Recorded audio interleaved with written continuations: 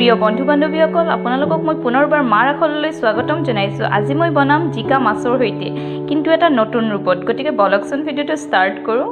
মই জিকাটো প্ৰথমে চেলাই ল'লোঁ। চেলাই লোৱাৰ পিছত মই এনেকৈ চাৰিফাল্লা সৰুকৈ কাটি দিছোঁ টুকুৰা কৰি, কিন্তু একেবাৰে গোটেই সৰু টুকুৰাও নকৰোঁ। এয়া মই লৈছোঁ পিঁয়াজ, জলকীয়া আৰু নহৰু। এয়া মই কেৰাহীটো গৰম হোৱাৰ পিছত তেলখিনি দি দিলোঁ। এতিয়া মই পিঁয়াজখিনি দি দিলোঁ ইয়াতে। তাৰপাছত মই কাটি লোৱা জিকাখিনিও দি দিছোঁ। তাৰপিছত মই পিঁয়াজ আৰু জিকা গোটেইখিনি একেলগে লৰাই দিছোঁ। এইবাৰ মই নহৰু আৰু জলকীয়াও দি দিম একেলগে। নহৰু আৰু জলকীয়াখিনি দি দিছোঁ আৰু এইবাৰ লৰাই দিম গোটেইখিনি একেলগে। এতিয়া মই সোৱাদ অনুসাৰে নিমখ দিলোঁ।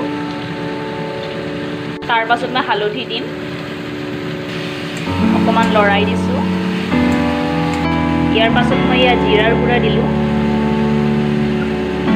এতিয়া মই দিম ধনিয়াৰ গুড়া। তাৰপাছত মই গোটেইখিনি একেলগে লৰাই দিছোঁ। এই গোটেইখিনি মই 5-10 মিনিটমান ভাজিলোঁ। 5-10 মিনিট ভজাৰ পিছত আমি এতিয়া গেছটো বন্ধ কৰি এইখিনি অকণমান নমাই থৈ দিম। ইয়াত দেখিছে মই আপোনালোক জুইৰ পৰা নমাই আনি অকণমান ঠাণ্ডা পৰিবলৈ দিছোঁ। ইয়াৰ পাছত মই এইখিনি মিক্সিত দিম, সেইকাৰণে মিক্সাৰত মই এনেকৈ ভৰাই ল'লোঁ গোটেইখিনি। ইয়াত দেখিছে মই এইখিনি মিক্সিত পেষ্ট বনাই ল'ম।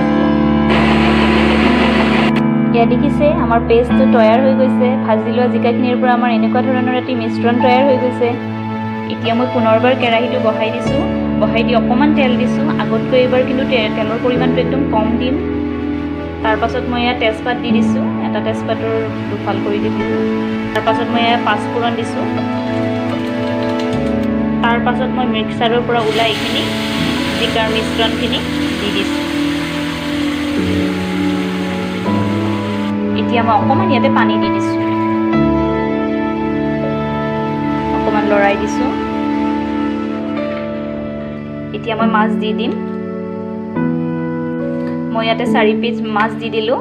গতিকে মই এই 4 পিচ মাছ বনোৱাৰ কাৰণে 1.5টা জিকা ব্যৱহাৰ কৰিছোঁ, 1টা আৰু আধা। গতিকে আপোনালোকেও তেনেকৈ যদি আপোনালোকৰ বেছি মাছ, বেছি মানুহ, গতিকে আপোনালোকে বেছি দিব জিকা। এয়া দেখিছে আঞ্জাখন উতলিবলৈ লৈছে। এয়া দেখিছে বন্ধু বান্ধৱীসকল, আমাৰ আঞ্জা প্ৰায় তৈয়াৰ হৈ গৈছে। গতিকে এনেকৈ আপোনালোকেও বনাব ঘৰত। জিকাটো সকলোৱে খাই ভাল নাপায়, কিন্তু এনেকৈ খালে নিশ্চয়কৈ ভাল পাব। এয়া দেখিছে আমাৰ আঞ্জা পৰিৱেশন কৰিব পৰা হৈছে। গতিকে আপোনালোকেও এনেকৈ বনাব।